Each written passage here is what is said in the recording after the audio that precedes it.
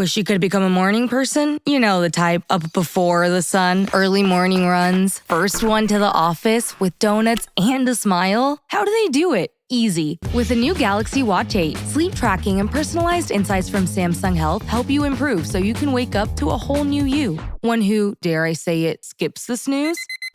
It's possible. Train your sleep with Galaxy Watch 8. Learn more at Samsung.com. Requires compatible Samsung Galaxy phone, Samsung Health app, and Samsung account. How do you top your love for your cat? With a cascade of decadent, savory gravy over a mouth-watering mousse pâté. Fancy Feast gems. 2 gourmet pâtés in one convenient pack. Simply peel and plate to reveal a pyramid shape that makes eating delightful and pamper her with an experience as extraordinary as she is. Turn the everyday into the extraordinary with Fancy Feast gems. This is one of the stranger stories I've heard on the People's Court.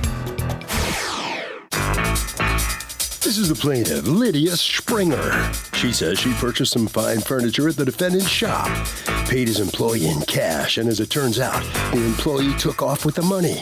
Now the defendant refuses to give her the furniture she paid for, and she feels like the whole thing was one big scam. She's suing for $3,600, the amount she's owed.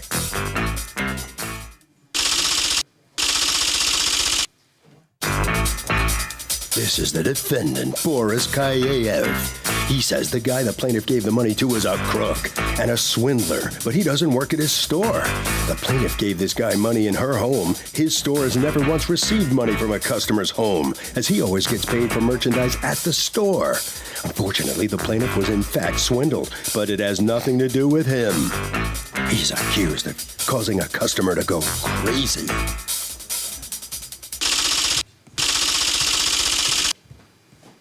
All parties, please raise your right hand. What you are about to witness is real. The participants are not actors. They are actual litigants with a case pending in civil court. Both parties have agreed to drop their claims and have their cases settled here before Judge Marilyn Milian in our forum, the People's Court. Be seated. Come to order, please. Litigants have been sworn, Your Honor. Thank you, Douglas. You're welcome. Lydia Springer? Yes. You are suing Little Italian Design Studio, represented here by the owner, Boris, how do I pronounce your last name? Kiev. Kiev, okay. For $3,600 that you say you put down in a deposit on furniture that you have not received. Tell me what happened. Okay. This is one of the stranger stories I've heard on the People's Court. Go ahead. I was looking for the furniture for a long time, for a year and a half maybe. I went to many, many stores.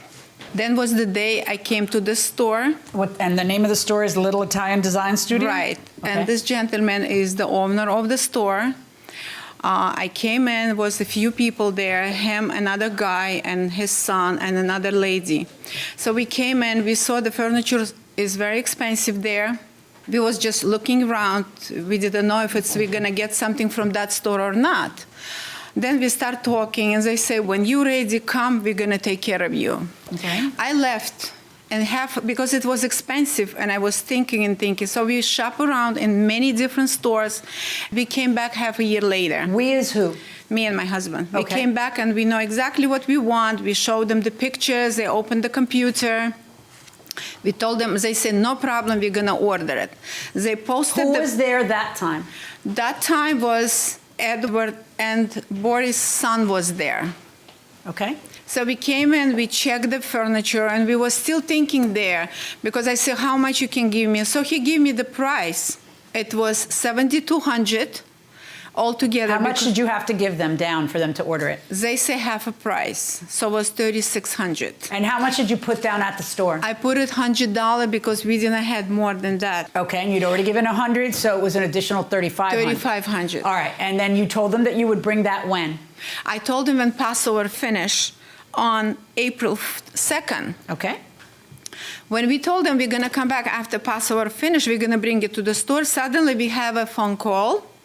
The Edward, representative from the store, he called me, and he said, you know what, I cannot order your furniture. And what day do you get that phone call? It was, I think, on 2nd. Soon as the Passover finished now, 2 hours later, he was in my house. Okay. I have a paper. He signed his name and everything. Can I see it? Yeah. You didn't think that was peculiar, that he came to your home? They was like so friendly, so honest. I feel that way. And when he called me, I said, no, we're going to bring it. Don't worry. If he said we're going to get the furniture, we will. He said, but I cannot order if you want me to order it fast.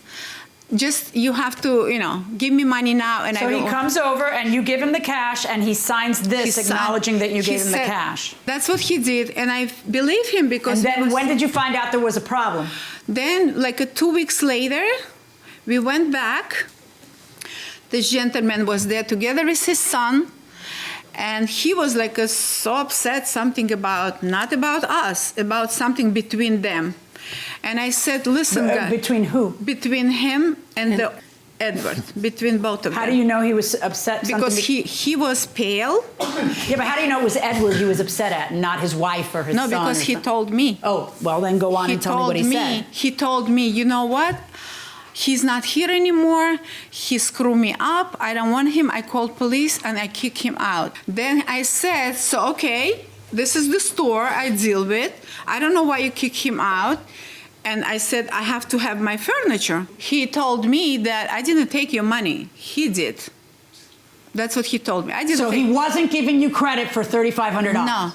Because he says, Edward took your money, and I'm not honoring that. And I'm not. Okay, what's going on? Welcome back to the People's Court. Harvey Levin here. Is there something really weird about this person giving a guy money when they come to her house? Yes, there is. He seems very fake and like a scam artist. Would you ever, what furniture store comes to you, does door-to-door service like this? None at all. Would you ever give money under any circumstance? Probably not.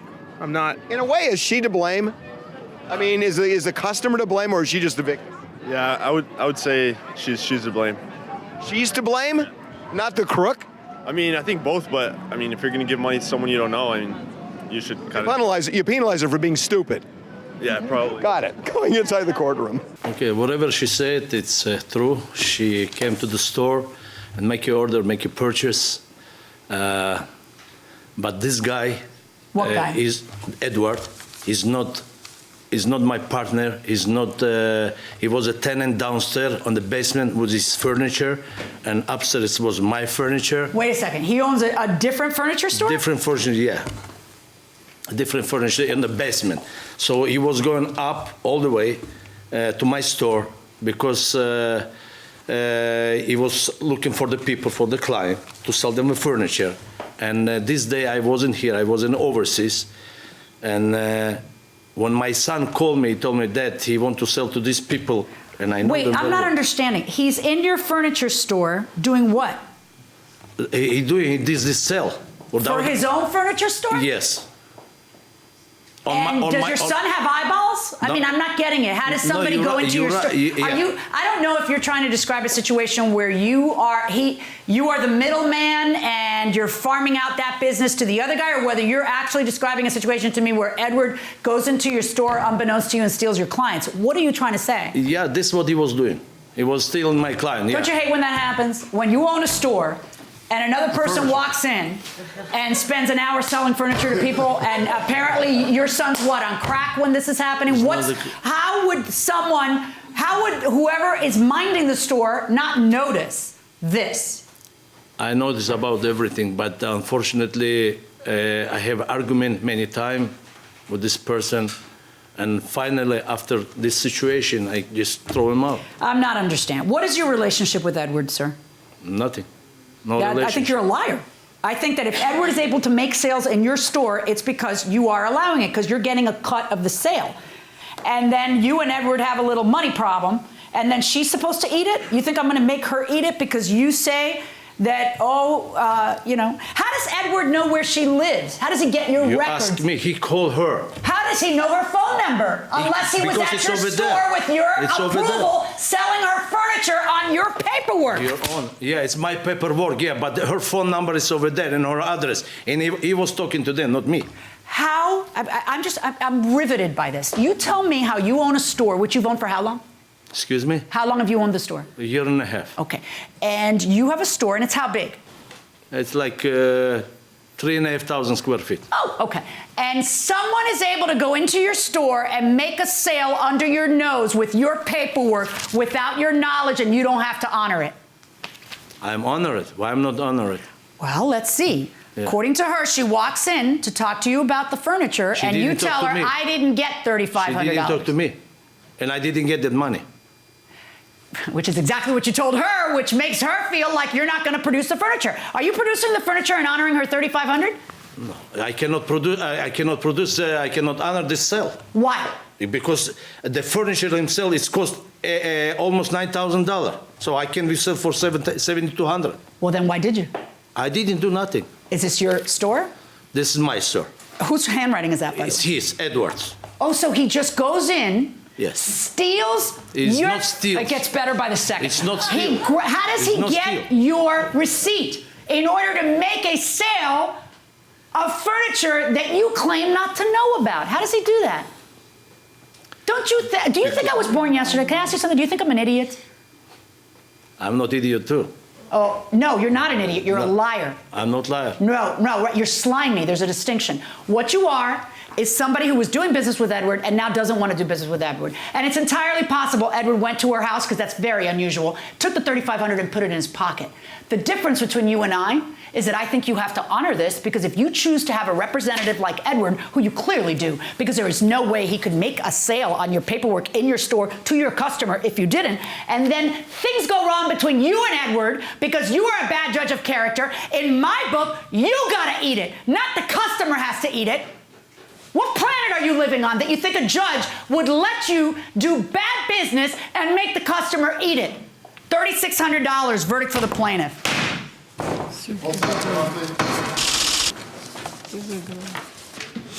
And with those words, the gavel comes down against you. And how do you think you looked in there? I look myself like, what can I tell you? It's whatever I say, everything was true. I'm not feel myself guilty, but unfortunately, judge, whatever she says. So this is. So, have you learned any lesson here at all? Yeah. What? It's mean not to let nobody to trust to go and touch to your sales book in the store. All right. Okay. All right. Head right down there, Follow Officer McIntosh. Okay. All right. So come on in here. What do you make of this? I'm happy that they understand, the judge understand, and I'm happy that I'm getting my money back, because I was very, very upset. I'm a very honest person. I'm very hardworking, and it's really make me upset that somebody screwed me up in the neighborhood I live. Harvey, what do you think?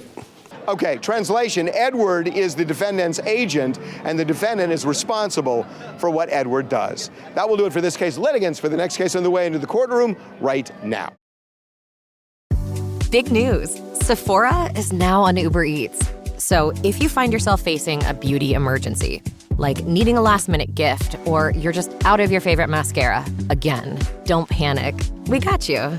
Order now and get $10 off on Sephora orders of $50 or more on the Uber Eats app. Order now. Offer ends October 30th. One order per customer. Additional terms apply. See app for availability. Delivery fees may apply. The family that vacations together stays together. At least, that was the plan. Except now, the dastardly desk clerk is saying he can't confirm your connecting rooms. Wait, what? That's right, ma'am. You have rooms 201 and 709. No, we cannot be 5 floors away from our kids. The doors have double locks. They'll be fine. When you want connecting rooms confirmed before you arrive, it matters where you stay. Welcome to Hilton. I see your connecting rooms are already confirmed. Hilton, for the stay. This is the plaintiff, Thomas Weisinger. He says he went to the home of his coworker to give her a ride to the dentist and was attacked by her boyfriend. That's right, out of nowhere, this raging bull of a guy jumps him, punches him, and breaks his leg. He also attacked his car and ended up losing his job. He never did anything to the crazy guy. Still doesn't know why he beat him up. But he's owed $5,000 for all he's out.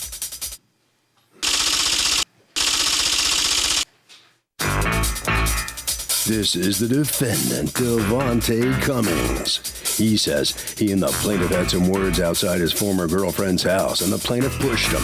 He defended himself by punching the guy one time, and he fell over a fire hydrant and broke his leg.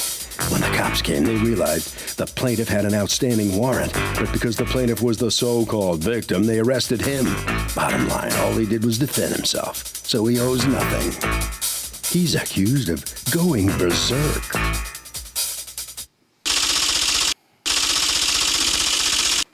All parties, please raise your right hands.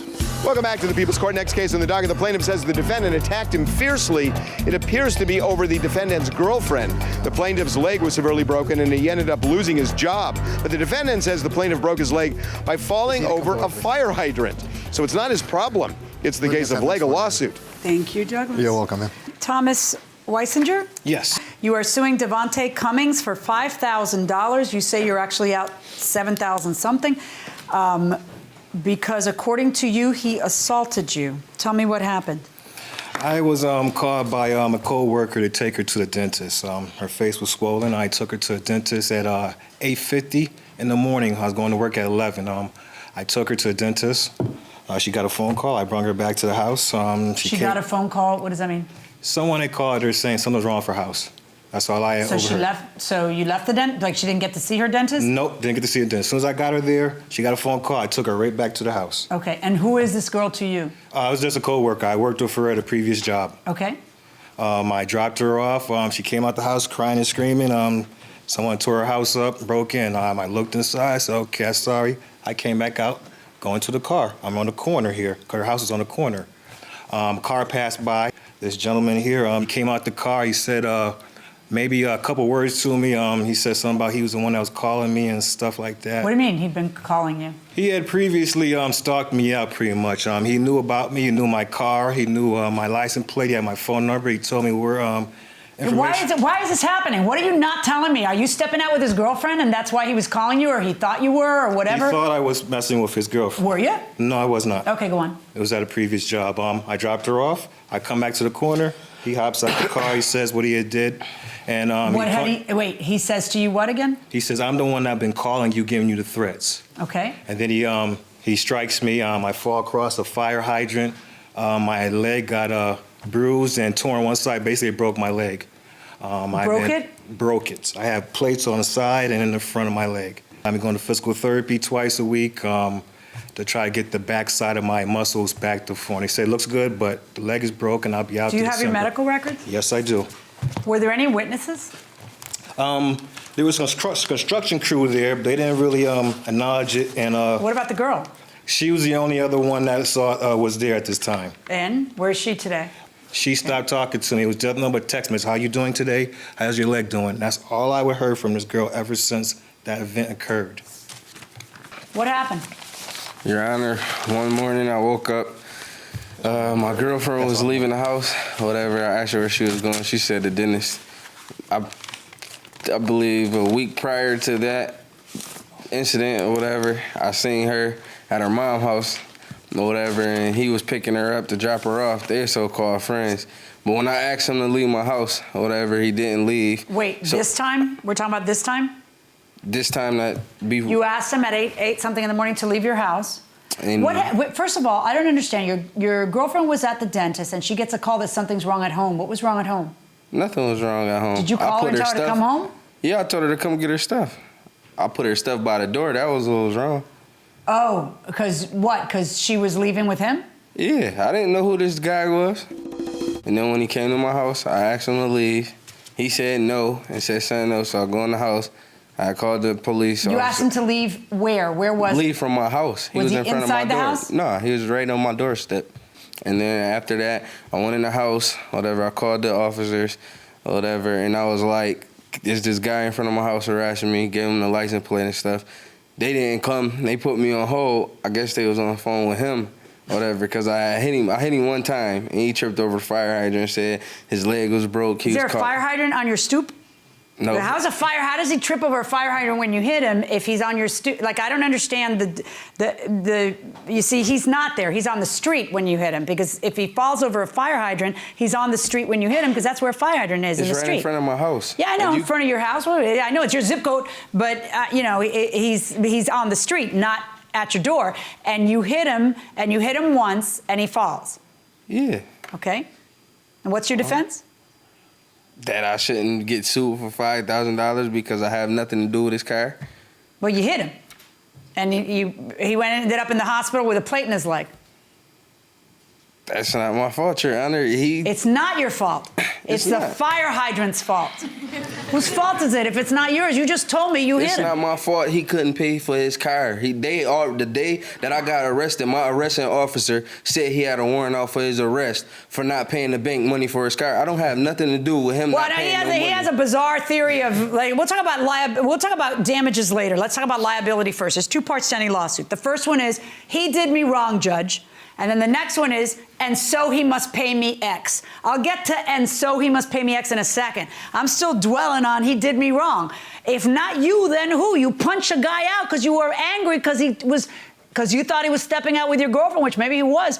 So you punched him out. But how would you not be responsible for damages? You'd be responsible for some damages for something, because you punched him out, he falls over a hydrant, and he ends up with plates in his legs.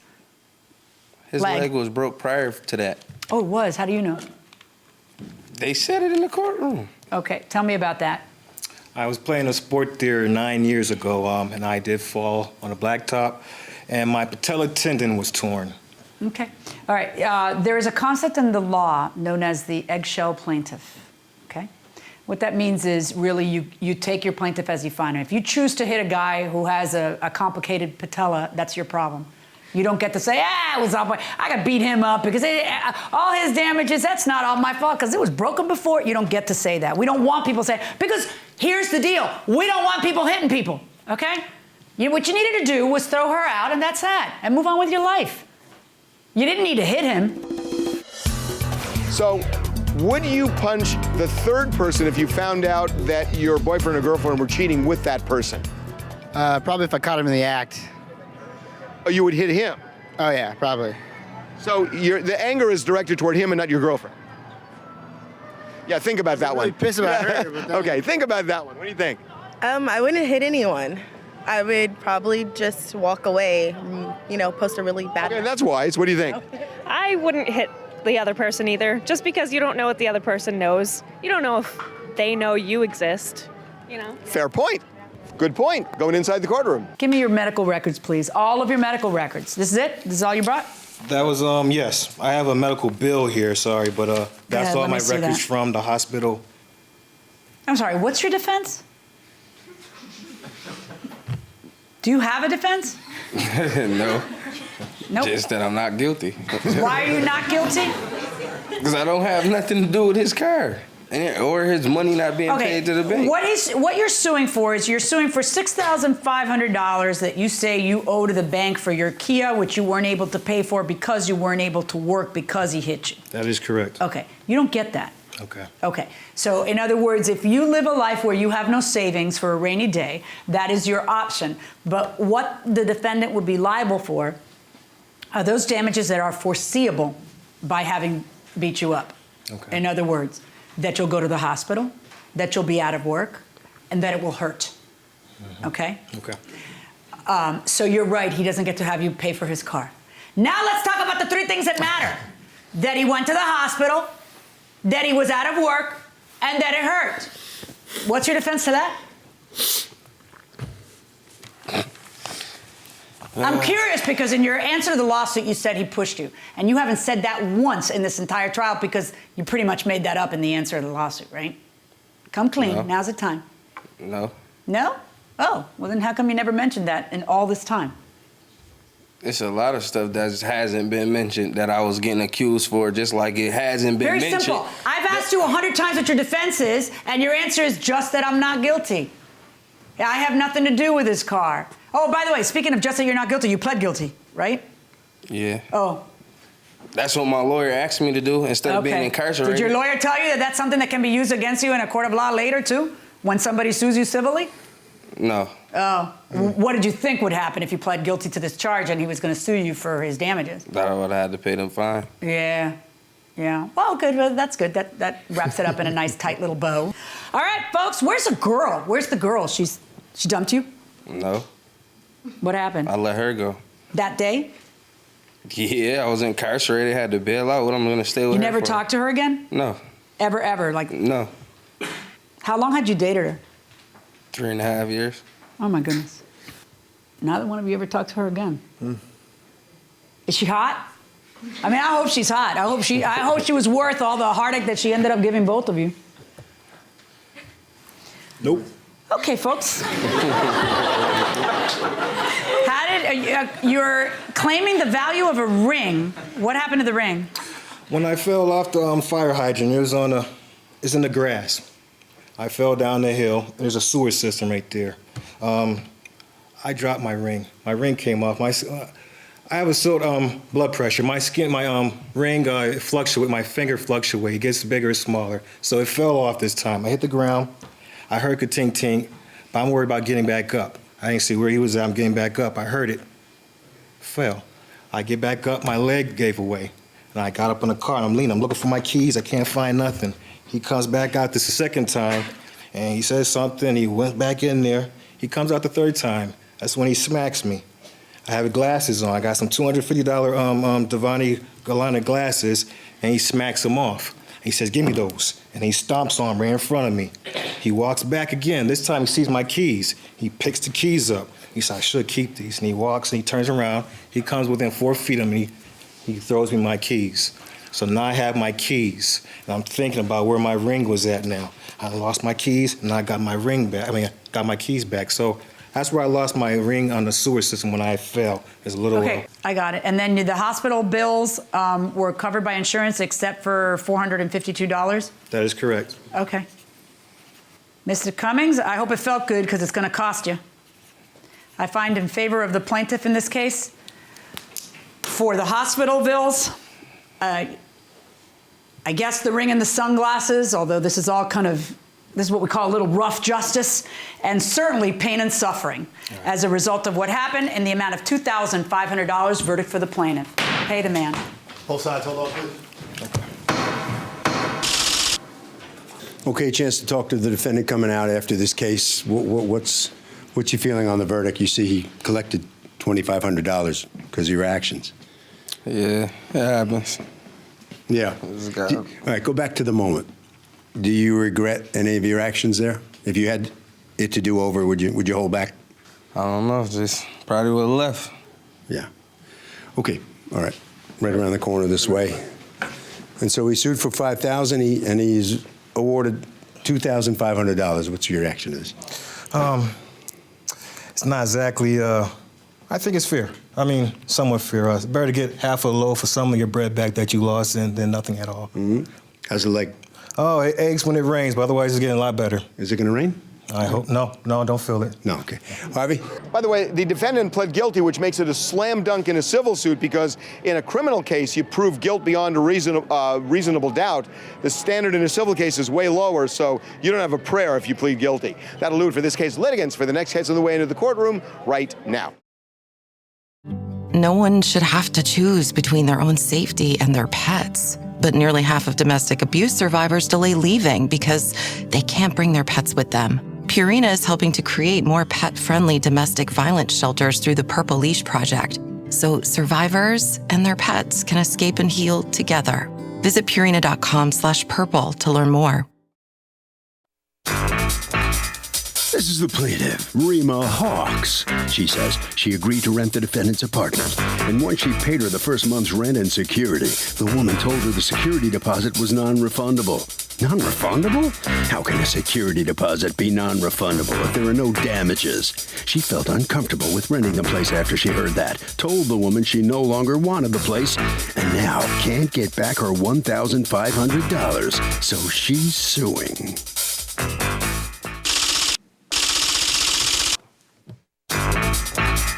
This is the defendant, Michelle. She says the defendant was as wishy-washy as they come after she gave her the required rent and security deposit. One minute she loved the place. The next minute she wasn't so sure she even wanted it. Bottom line, the plaintiff was the one who broke the lease, and she has some nerve dragging her into court today. She's accused of changing the deal after the fact.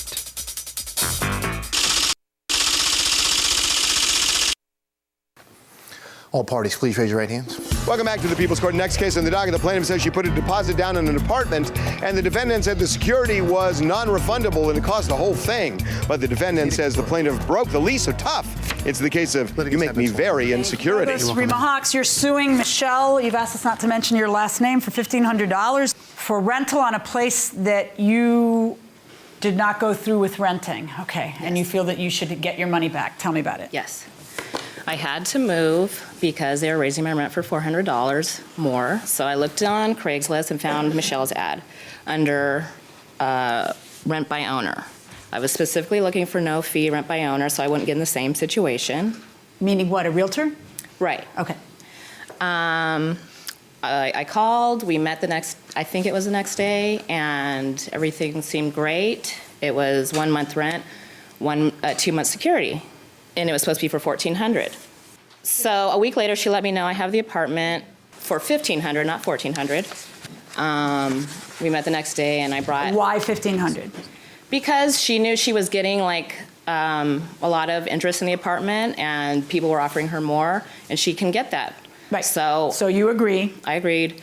I came the next day with 4 money orders for 3 months rent. And that was what day?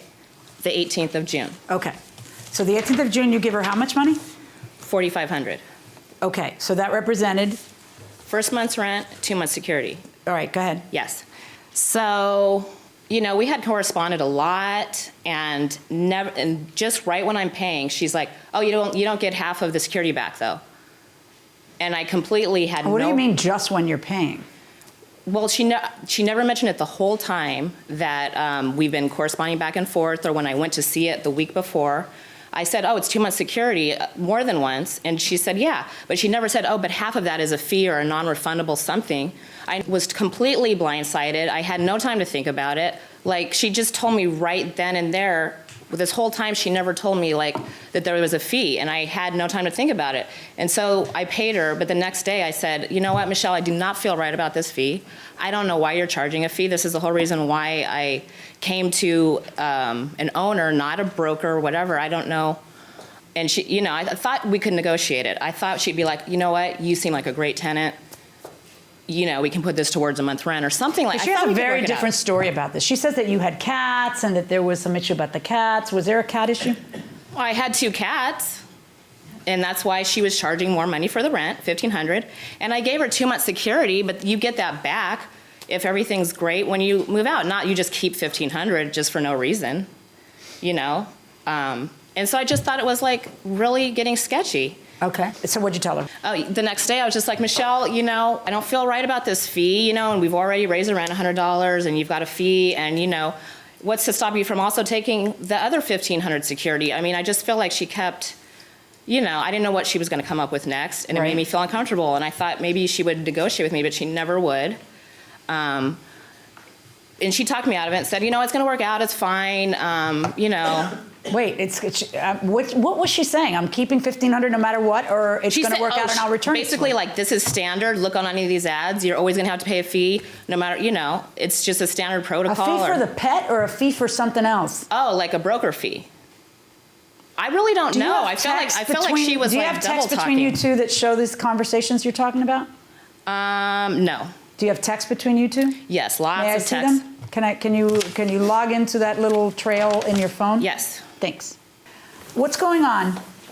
I am a landlord in the house in which I occupy, and being a single parent with children, I am very, I guess say anal about who I rent to, because just for the safety and just retrospect, I'm a new landlord, and the people that I've had, not everybody that you can trust, and not everybody you can, feel good about renting your place. And after showing the apartment, I say that it's very important. Did you ever bait and switch on her and tell her that one of the securities was non-refundable? So can a landlord make a security deposit non-refundable? No, definitely not. It's like a fraud almost. Is it a fraud if the landlord says, hey, take it or leave it, but that's the deal? Yeah, I need my money back at the end of when I would leave. I know you do, but do you have a right to it? I think if it's in the contract that they can do whatever they want. Fair enough. Going inside the courtroom. Did you ever tell her one of your securities is non-refundable? I don't recall telling her it wasn't. What do you mean you don't recall? You did or you didn't? I told her she couldn't live out the last month's rent.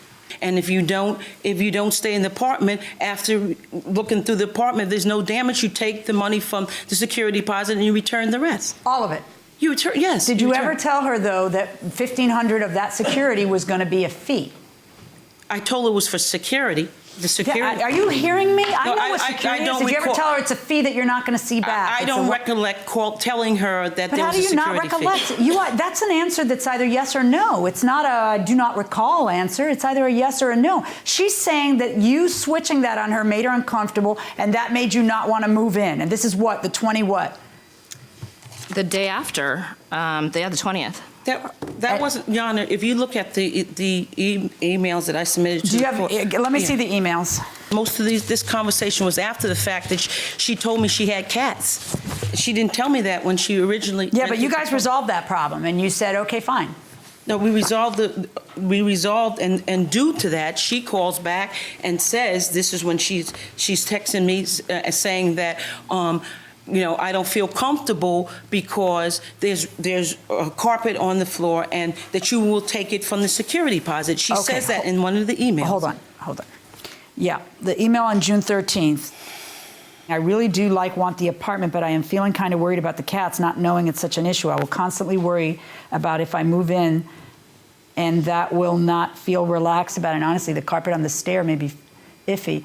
Wish it was wood. But that can easily be replaced if something happened, couldn't it? My feeling is that I can move in, and if there's any damage from the cats, then you have my deposit. Nothing's perfect, is it? I really strive to be responsible and respectful as I can. I have no idea what you're trying to say there. All I was trying to say is... she says that you're just worried that you have 2 months at risk and that you thought better of it and thought, I don't want to have 2 months at risk because what could the cats do? It might be... And that email kind of does buttress what she says. No. So according to you, she bails why?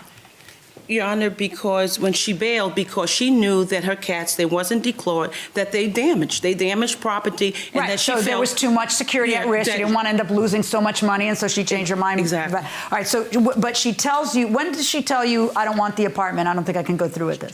She told me on June 24th is actually when she told me After giving me everything back, and we having conversation, I told her, I said, if the apartment is not rented by July 1st, that is a breach of contract. This is a quick, she knows the process she went through to rent my place. So now I have to advertise it again, and get the right person. When did you advertise it again? I advertised it. The 25th, I want to say. Okay, and you rented it for when? No, the 27th. 25th, and you rented it for when? I rented it for July 1st.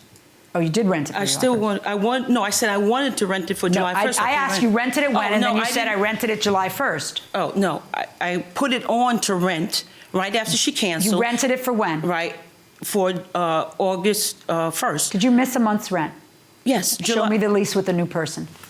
I don't have a lease with a new person. You're a very organized person. I would expect you to have no, the July... According to you, you went to the place and there was a tenant there July 10th? Yes. And I think the tenant was probably there even before that. It's just you don't know. When you saw the tenant there, how did you see the tenant there? There was lights on up there, and I contacted her, and I'm like, I went by the house. I see someone's up there, and she admitted that there was somebody there. Do you have that in the text?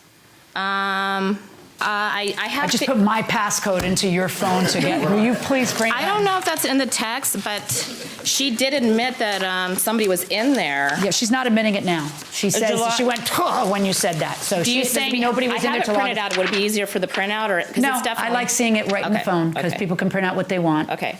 Your Honor? At some point, did she contact you and say to you, if you can't rent it for the first, I'll just take it and we'll go with the original plan? She most certainly did. And that did not happen because? Because I said to her that I will think about it and stuff like that, but I don't think, being that this situation happened, that would be a good match. Okay.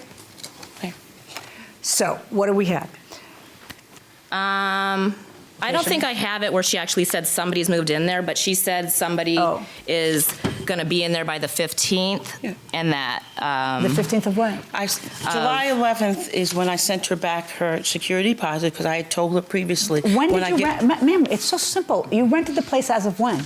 It was going to be rented, occupancy is going to be August 1st, but the person signed a lease and said that they would move in soon they could. Ma'am, I have a simple question. Is it me?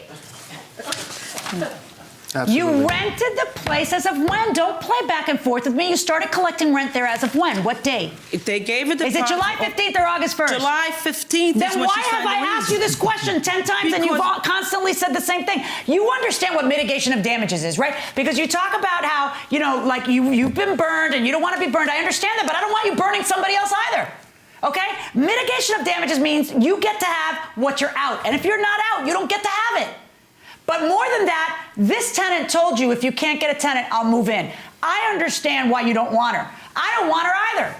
I wouldn't want her. I wouldn't want her to move in, become a problem. Then I got to evict her. Then I got to sit around 6 months waiting for the court to evict her because that's how long they take. And then I get it. As a business person, I totally understand what you're saying. But legally speaking, when a tenant rescinds their rescission and says to you, I'll move in, because I got to pay for it anyway, I'm going to move in. And we'll go back to square one. I don't blame you for deciding you don't want her, but she's rescinded her rescission. She's rescinded her breach. She's ready, willing, and able to take it. So then how do you collect the rent and not let her in? And how do you tell me I get a whole month's rent when now we have established through pulling teeth that you would only at most be entitled to half a month's rent because you had somebody paying rent. You don't get to have double rent for that second half of the month. Well, excuse me, Your Honor. She said to me, she says, well, if you don't get anybody in there, because as you can understand. We're done, okay? $1,500 verdict for the plaintiff. Thank $1,500. Well, this is the defendant out here in the hallway with. What's your first impression of this outcome? Well, the judge, I really think that I came prepared with all the stuff to support what I was saying. We have someone that's a psycho. She was being deceptive. She didn't say that she had cats when she looked at the apartment. And then when I asked her about if the cats was declawed, she said no. So she got upset because she knows that the security deposit probably wouldn't cover the damage that the cats was going to do. And you know something? Bottom line, I submitted all types of information to say that she's not in her right mind and stuff like that. So. All right. Head right down there. All right, step on in here. I suppose you feel a little bit differently about this outcome? Well, I'm just glad it's over with and that somebody was understanding what I was dealing with. Come on in here. Yeah. What I was dealing with. It was hard to get straight answers out of her. And I was just sketched out about the fact that she was charging a fee and that she was just being all over the place. And it just didn't were you straightforward with her about everything about the cats? Yes, I was. I mean, I don't even know why that even came up. We settled the cat thing. The problem was this weird fee that she was never going to give me back. All right, okay. What do you think of that, Howard? In virtually every state now, security deposits are refundable with two exceptions. If you owe rent money, they can deduct it from the security, or if the landlord has to clean the place and pay money or repair damage that the tenant caused, they can do that too.